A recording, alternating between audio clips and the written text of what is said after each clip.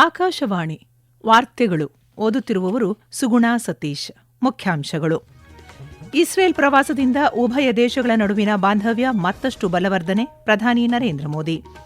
ಪ್ರಧಾನಮಂತ್ರಿ ಗರೀಬ್ ಕಲ್ಯಾಣ ಅನ್ನ ಯೋಜನೆಯಡಿ ಡಿಜಿಟಲ್ ರೂಪದಲ್ಲಿ ಆಹಾರ ಸಬ್ಸಿಡಿ ವಿತರಿಸುವ ಪ್ರಾಯೋಗಿಕ ಯೋಜನೆಗೆ ನಾಳೆ ಚಾಲನೆ. ಕೇಂದ್ರ ಚುನಾವಣಾ ಆಯೋಗದ ತಂಡ ಇಂದು ಪುದುಚೇರಿಗೆ ಭೇಟಿ, ಚುನಾವಣಾ ಸಿದ್ಧತೆಗಳ ಕುರಿತು ಪರಿಶೀಲನೆ. ಶಸ್ತ್ರಾಸ್ತ್ರ ಸ್ಪರ್ಧೆ ತಡೆಗೆ ಪರಮಾಣು ನಿಶ್ಶಸ್ತ್ರೀಕರಣ ಸಾಧಿಸುವುದು ಅಗತ್ಯ, ವಿದೇಶಾಂಗ ಕಾರ್ಯದರ್ಶಿ ಹೇಳಿಕೆ. ಮತ್ತು ಐಸಿಸಿ ಟಿ20 ವಿಶ್ವಕಪ್ ಕ್ರಿಕೆಟ್ ಸೂಪರ್ 8ರ ಪಂದ್ಯದಲ್ಲಿ ಇಂದು ಸಂಜೆ ಶ್ರೀಲಂಕಾ ನ್ಯೂಜಿಲೆಂಡ್ ಹಣಾಹಣಿ. ಇಸ್ರೇಲ್ ಪ್ರಧಾನಿ ಬೆಂಜಮಿನ್ ನೆತನ್ಯಾಹು ಅವರ ಆಹ್ವಾನದ ಮೇರೆಗೆ ಪ್ರಧಾನಮಂತ್ರಿ ನರೇಂದ್ರ ಮೋದಿ 2 ದಿನಗಳ ಭೇಟಿಗಾಗಿ ಇಂದು ಇಸ್ರೇಲ್ ಪ್ರವಾಸ ಕೈಗೊಂಡಿದ್ದಾರೆ. ಇಂದು ಇಸ್ರೇಲ್ಗೆ ಪ್ರಧಾನಮಂತ್ರಿ ಅವರ 2ನೇ ಭೇಟಿಯಾಗಿದೆ.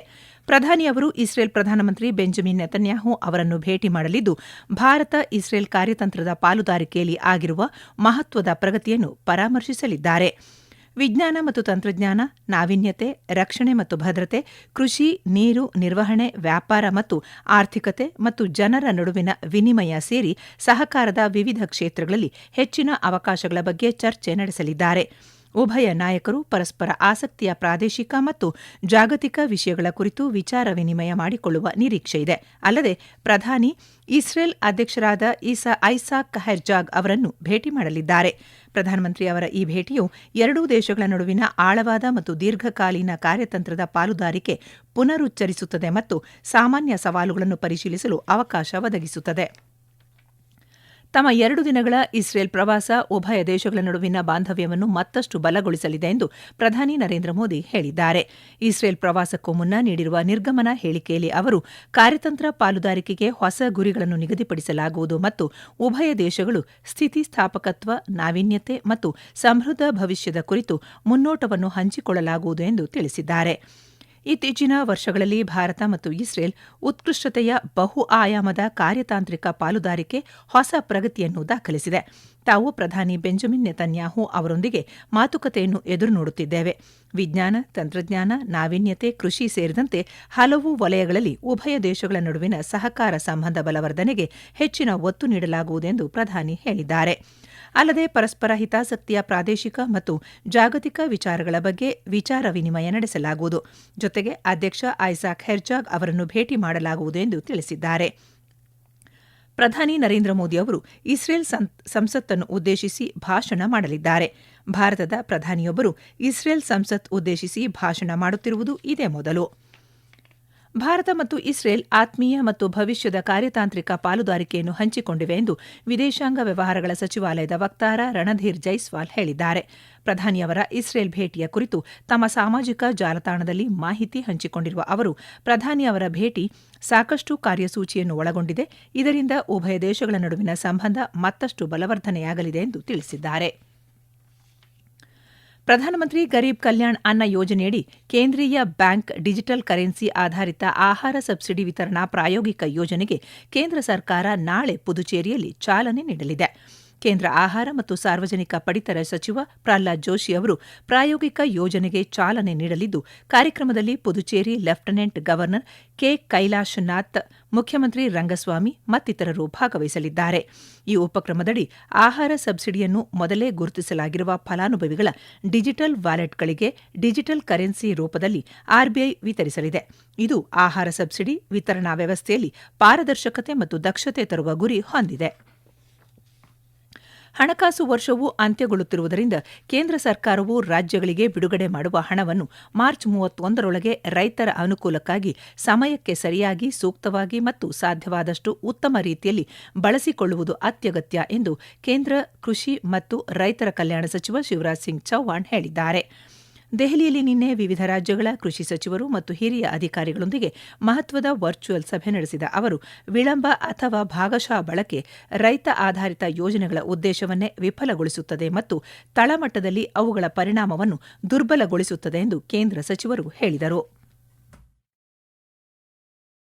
ईयर एंड आ रहा है, इसलिए समय पर जो राशि केंद्र सरकार के द्वारा इन दोनों योजनाओं में दी गई है वो ठीक से खर्च हो जाए और उसका बेहतर उपयोग किसानों के हित में हो सके कि पैसा ठीक ढंग से लेकिन तेजी से खर्च करें ताकि 31 मार्च तक सारी राशि खर्च करके हम किसानों का कल्याण कर सकें। राज्यों ने मुझे भरोसा दिलाया है कि वो तेजी से काम करेंगे। ಈ ವಾರ್ತೆಗಳನ್ನು ಆಕಾಶವಾಣಿಯಿಂದ ಕೇಳುತ್ತಿದ್ದೀರಿ.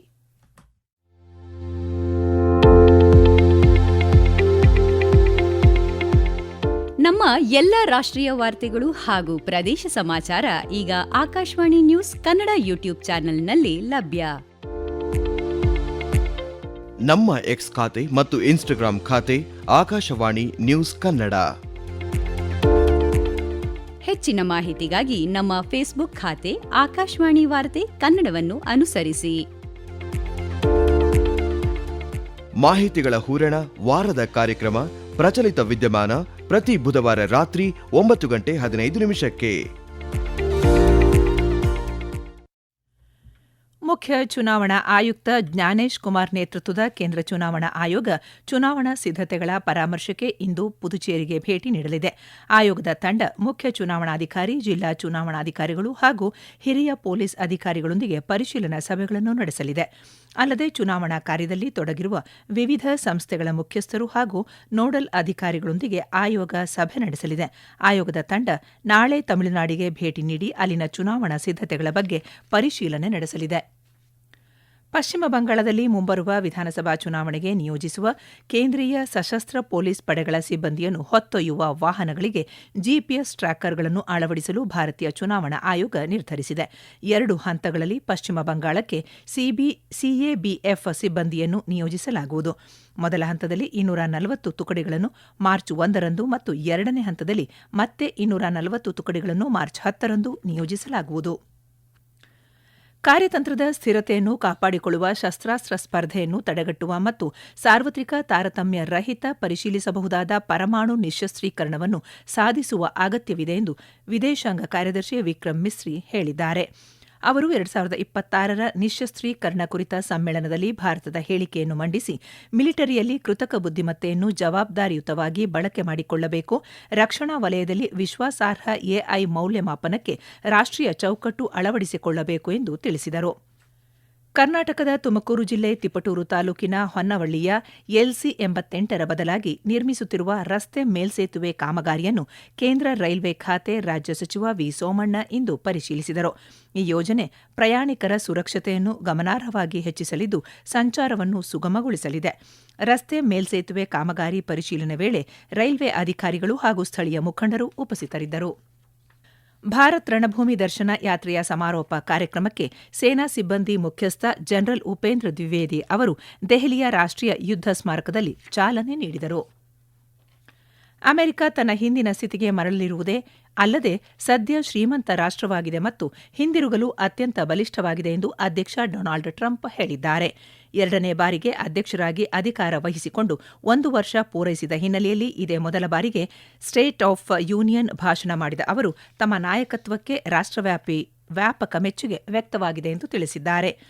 ರಾಷ್ಟ್ರೀಯ ಭದ್ರತೆ ಮತ್ತು ಗಡಿ ನಿಯಂತ್ರಣಕ್ಕೆ ಸಂಬಂಧಿಸಿದಂತೆ ತಾವು ಕೈಗೊಂಡಿರುವ ಕ್ರಮಗಳನ್ನು ವಿವರಿಸಿದ ಅವರು ಅಮೆರಿಕದ ಇತಿಹಾಸದಲ್ಲಿ ಇದೇ ಮೊದಲ ಬಾರಿಗೆ ಕಳೆದ 9 ತಿಂಗಳಿನಿಂದ ಯಾವುದೇ ಅಕ್ರಮ ವಲಸಿಗರನ್ನು ದೇಶದೊಳಕ್ಕೆ ಬಿಟ್ಟಿಲ್ಲ, ಗಡಿಯನ್ನು 100% ಮುಚ್ಚಲಾಗಿದೆ ಎಂದು ಹೇಳಿದ್ದಾರೆ.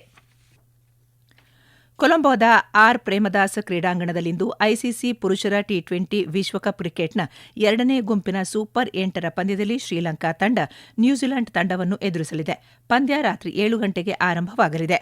ಶ್ರೀಲಂಕಾದ ಪಲ್ಲೆಕೆರೆ ಅಂತಾರಾಷ್ಟ್ರೀಯ ಕ್ರಿಕೆಟ್ ಕ್ರೀಡಾಂಗಣದಲ್ಲಿ ಕಳೆದ ರಾತ್ರಿ ನಡೆದ 2ನೇ ಗುಂಪಿನ ಸೂಪರ್ 8ರ ಪಂದ್ಯದಲ್ಲಿ ಇಂಗ್ಲೆಂಡ್ ತಂಡವು ಪಾಕಿಸ್ತಾನವನ್ನು 2 ವಿಕೆಟ್ಗಳಿಂದ ಸೋಲಿಸಿದೆ. ಈಗ ಮತ್ತೊಮ್ಮೆ ಮುಖ್ಯಾಂಶಗಳು. ಇಸ್ರೇಲ್ ಪ್ರವಾಸದಿಂದ ಉಭಯ ದೇಶಗಳ ನಡುವಿನ ಬಾಂಧವ್ಯ ಮತ್ತಷ್ಟು ಬಲವರ್ಧನೆ, ಪ್ರಧಾನಿ ನರೇಂದ್ರ ಮೋದಿ. ಪ್ರಧಾನಮಂತ್ರಿ ಗರೀಬ್ ಕಲ್ಯಾಣ ಅನ್ನ ಯೋಜನೆಯಡಿ ಡಿಜಿಟಲ್ ರೂಪದಲ್ಲಿ ಆಹಾರ ಸಬ್ಸಿಡಿ ವಿತರಿಸುವ ಪ್ರಾಯೋಗಿಕ ಯೋಜನೆಗೆ ನಾಳೆ ಚಾಲನೆ. ಕೇಂದ್ರ ಚುನಾವಣಾ ಆಯೋಗದ ತಂಡ ಇಂದು ಪುದುಚೇರಿಗೆ ಭೇಟಿ, ಚುನಾವಣಾ ಸಿದ್ಧತೆಗಳ ಕುರಿತು ಪರಿಶೀಲನೆ.